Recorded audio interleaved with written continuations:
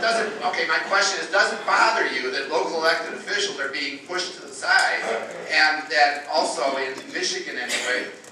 over 50%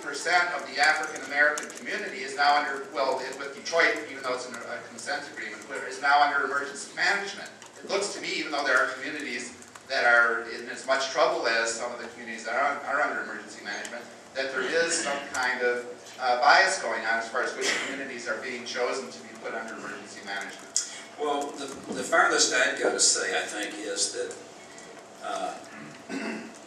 civic capital is a very important concept. It should be part of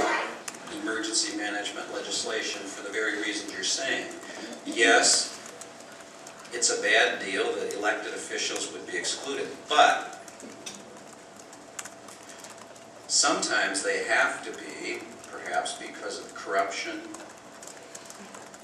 If they really were part of the group that drove the bus into the ditch,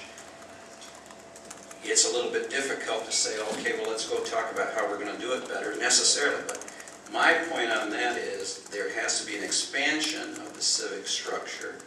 And that's why I mentioned things like the involvement, active involvement in the process, specified in some ways through legislation of